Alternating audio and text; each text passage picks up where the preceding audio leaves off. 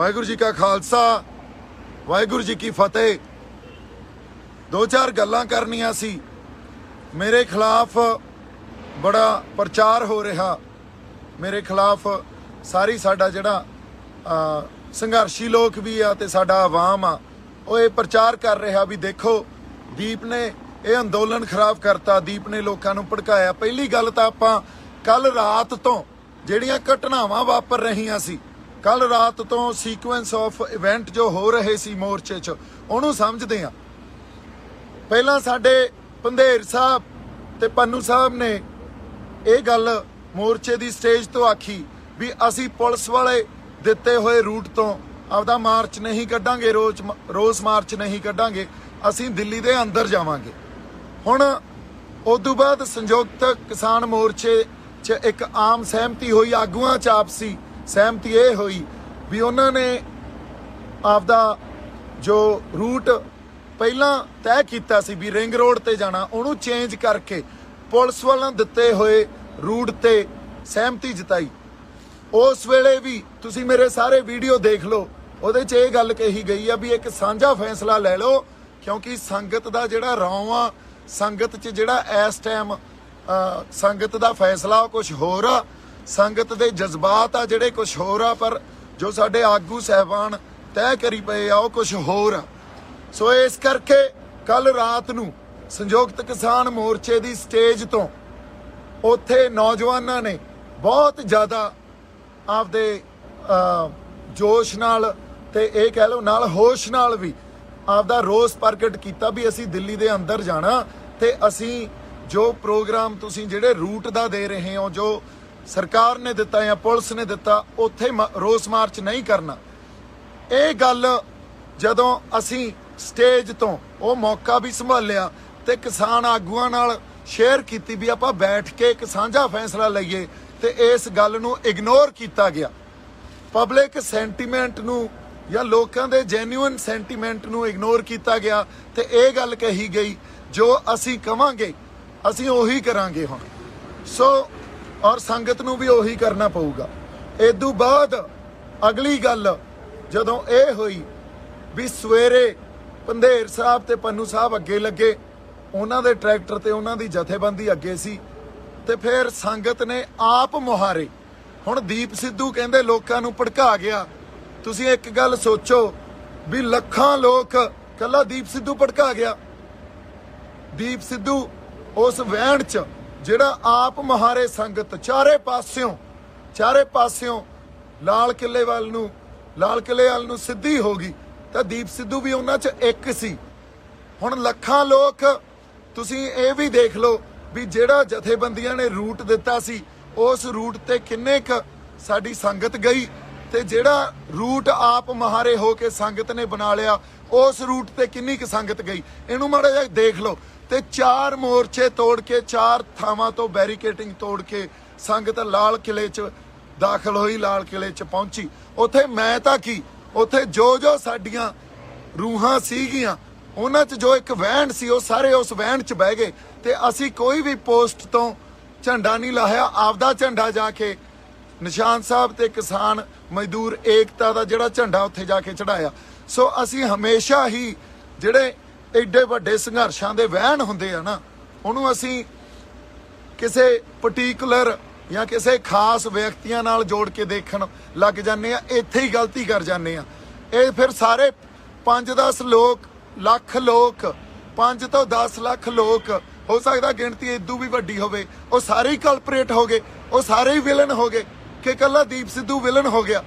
तुसी यही पहला इतिहास च असी गलतियां कीतियां, असी संघर्षां दे वहण नूं किसी खास शख्सियत दे नाल जोड़ के देखण लग जाने ते एक बंदे नूं विलन बना दिंने आ।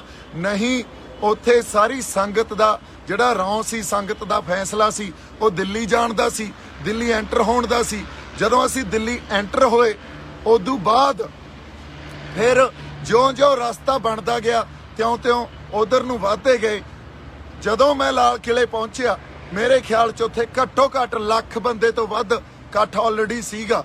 सो मेरे किसी वीडियो च या किसी होर वीडियो च भी ये दिखा दो भी दीप सिद्धू सारे नूं अगे लग के लाल किला लै गया होवे। मैं चलो साडे लोग तां भोले आ, ਉਹਨਾਂ ਨੂੰ ਜੋ ਤੁਸੀਂ ਗੱਲ ਕਹੋਗੇ ਕਈ ਵਾਰੀ ਮੰਨ ਲੈਂਦੇ ਆ, ਪਰ ਜਿਹੜੇ ਸਾਡੇ ਇੰਟੈਲੈਕਚੁਅਲਸ ਵੀ ਆ, ਜਿਹੜੇ ਗੱਲਾਂ ਨੂੰ ਸਮਝਦੇ ਆ, ਉਹ ਵੀ ਇਹ ਗੱਲਾਂ ਕਰੀ ਜਾਂਦੇ ਆ। ਤਾਂ ਇਸ ਗੱਲ ਦਾ ਤਾਂ ਅਫਸੋਸ ਹੀ ਕੀਤਾ ਜਾ ਸਕਦਾ। ਮੈਂ ਮੋਰਚੇ ਤੋਂ ਜਾਂ ਸਾਡੇ ਕਿਸਾਨਾਂ ਦੇ ਜਿਹੜੇ ਸਾਡੇ ਹਿੱਤ ਆ ਉਹ ਤੋਂ ਵੱਡਾ ਨਹੀਂ ਆ। ਆਪਾਂ ਇੱਥੇ ਭੜਕਾਉਣ ਨਹੀਂ ਆਏ।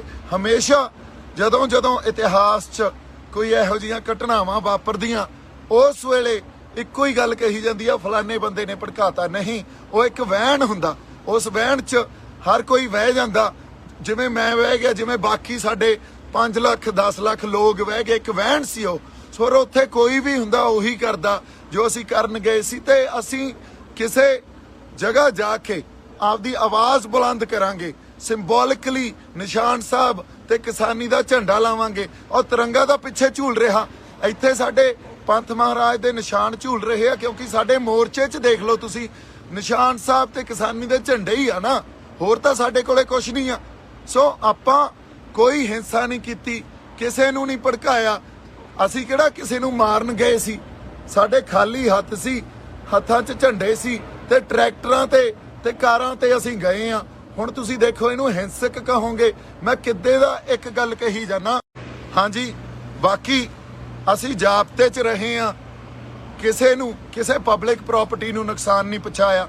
ਜੇ ਸਾਡੇ ਤੇ ਅੱਗੋਂ ਉਹਨਾਂ ਨੇ ਕੋਈ ਲਾਠੀ ਚਾਰਜ ਕੀਤਾ ਜਾਂ ਹਮਲਾ ਕੀਤਾ, ਉਹਦਾ ਮਾੜਾ ਮੋਟਾ ਕਿਸੇ ਨੇ ਜਵਾਬ ਦਿੱਤਾ, ਪਰ ਕੋਈ ਪਬਲਿਕ ਪ੍ਰਾਪਰਟੀ ਨੂੰ, ਕਿਸੇ ਪੁਲਿਸ ਫੋਰਸ ਨੂੰ ਅਸੀਂ ਨੁਕਸਾਨ ਨਹੀਂ ਪਹੁੰਚਾਇਆ। ਕਿਤੇ ਹੋਰ ਛੋਟੀ ਮੋਟੀ ਘਟਨਾ ਕੋਈ ਹੋ ਗਈ ਹੋਵੇ, ਆਪਸੀ ਬਹਿਸਬਾਜ਼ੀ ਹੋ ਗਈ ਹੋਵੇ, ਉਹਦੇ ਲਈ ਵੀ ਅਸੀਂ ਇਹ ਕਹਿੰਦੇ ਆ ਵੀ ਐਡੇ ਵੱਡੇ ਅੰਦੋਲਨ 'ਚ ਕਈ ਵਾਰੀ ਆਪਸੀ ਇਹ ਗੱਲ ਵਾਪਰ ਜਾਂਦੀ ਆ।